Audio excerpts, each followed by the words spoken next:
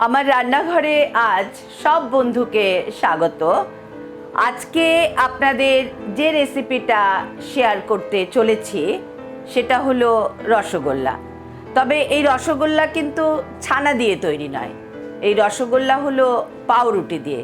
এবং সত্যি আপনারা এটা বানিয়ে দেখবেন যে এটা একেবারে অন্যরকম স্বাদের এবং ভীষণই সুস্বাদু। তাহলে চলুন এখন দেখে নিই যে কিভাবে এই পাউরুটি দিয়ে রসগোল্লা বানানো যায়।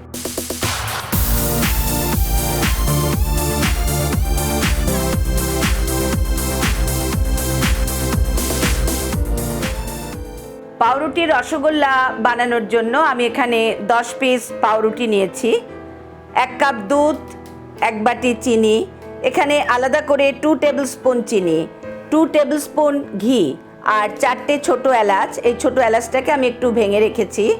আর লাগবে জল।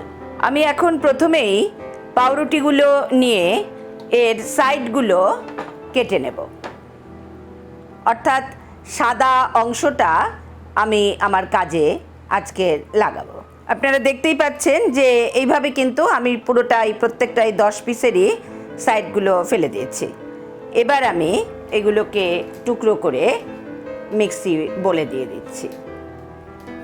আপনারা দেখতেই পাচ্ছেন যে পাউরুটিটা আমি যে মিক্সিতে পেস্ট করেছি সেটা ঠিক এইভাবে মসৃণ করে নিয়েছি।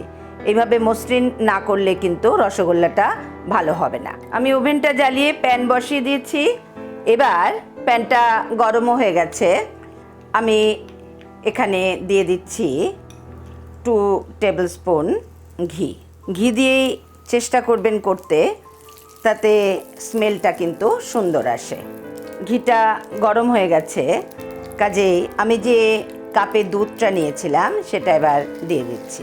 এই দুধটা কিন্তু আমার জাল দেওয়াই ছিল, তবে গরম ছিল না, দুধটা ঠান্ডাই ছিল। আমি এই দুধটা এবার দিয়ে দিলাম আর ভালো করে এর সাথে নেড়ে নিচ্ছি। 2 টেবিল স্পুন চিনি যেটা নিয়েছিলাম সেটা এবার দিয়ে দিলাম। খুব ভালো করে নাড়িয়ে নিচ্ছি যাতে চিনিটা দুধের সাথে গলে যায়। চিনিটা গলে গেছে, কাজেই আমি এখন যে পাউরুটিটাকে পেস্ট করে রেখেছিলাম সেটা দিয়ে দিচ্ছি। এবার দুধের মধ্যে কিন্তু খুব ভালো করে নাড়তে হবে এবং ততক্ষণ পর্যন্ত নাড়তে হবে যতক্ষণ পর্যন্ত না এই পাউরুটিটা একেবারে আটা মাখার মতন হয়ে যায় আর এই পাত্র থেকে বেশ সুন্দরভাবে উঠে আসে। দেখুন এবার কিন্তু এই মিশ্রণটা একেবারে দেখতেই পাচ্ছেন যে এই পাত্রের সাথে কিন্তু দেখুন একটুও লেগে নেই, একেবারে উঠে যাচ্ছে।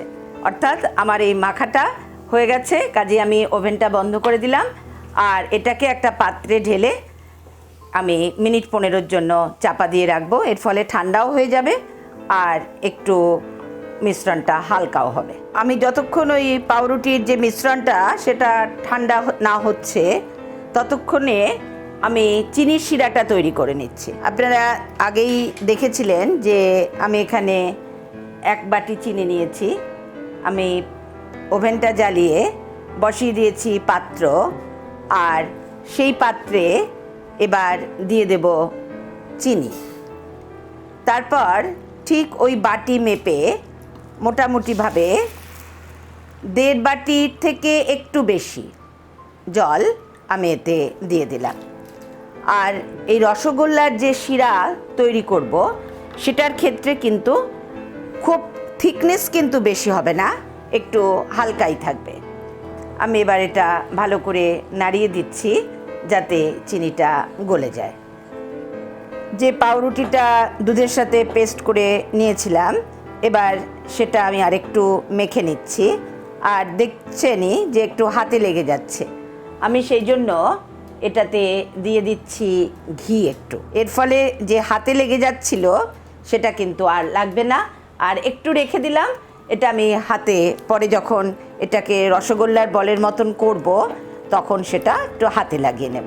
4টে ছোট এলাচ আমি ভেঙে রেখেছিলাম, আগেই বলেছি।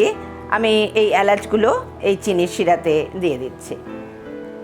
এবার হাতে মাখিয়ে নিচ্ছি একটু ঘি আর খুব ভালো করে এবার যে মিশ্রণটা ছিল সেটা গোল গোল করে আমি রসগোল্লার মতন বানিয়ে নেব।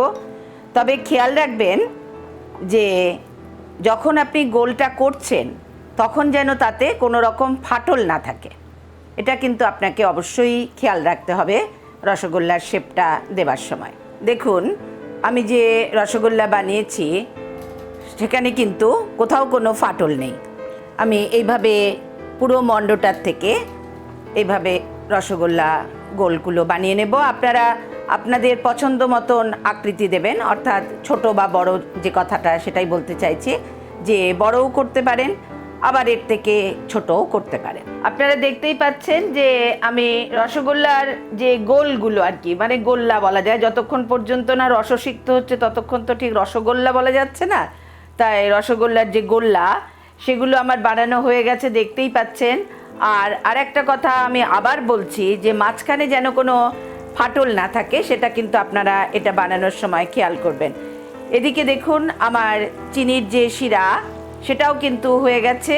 কাজেই আমার এখনকার কাজ হলো যে এই রসগোল্লার গোল্লাগুলোকে আমি আস্তে আস্তে এই শিরার মধ্যে দিয়ে দেব। মোট এখানে 11টা রসগোল্লা হয়েছে। এবার আমি আস্তে করে এটাকে একটু নাড়িয়ে দিলাম। আর কোনো খুন্তি বা হাতা এই জাতীয় জিনিস ব্যবহার না করাই ভালো, দরকার মতো একটু হাত দিয়ে প্যানটা ধরে নাড়িয়ে দেবেন। এবার মিডিয়াম ফ্লেমে রেখে আমি মিনিট 4 জন্য এটা চাপা দিয়ে দিচ্ছি। আমার 4 মিনিট হয়ে গেছে, তাই আমি লিডটা খুলে দিচ্ছি আর আবার একটু নাড়িয়ে দিলাম। দেখতেই পাচ্ছেন যে শুধুই আমি কিন্তু হাতে নাড়িয়ে দিচ্ছি, অর্থাৎ চামচ ব্যবহার করবেন না বা হাতা খুন্তি জাতীয় জিনিস ব্যবহার করবেন না। এরপর আমি ওভেনটা বন্ধ করে দিলাম। মিনিট 20-25 এভাবে রেখে দিতে হবে। তারপর একেবারে রেডি করে ফেলবো পরিবেশনের জন্য। পাউরুটি রসগোল্লার যে রেসিপি আজকে আপনাদের সাথে শেয়ার করলাম, এটা কিন্তু ভীষণই সুস্বাদু একটা খাবার। যদিও এটা ছানা দিয়ে তৈরি যে রসগোল্লা সেটার থেকে আলাদা, কিন্তু এর একটা অন্য রকমের টেস্ট আছে। আর বাড়িতে আপনারা প্রত্যেকে এটা বানাবেন। দেখলেনই তো যে খুবই কম আয়াসে এবং কম উপকরণে এটা বানানো যাচ্ছে।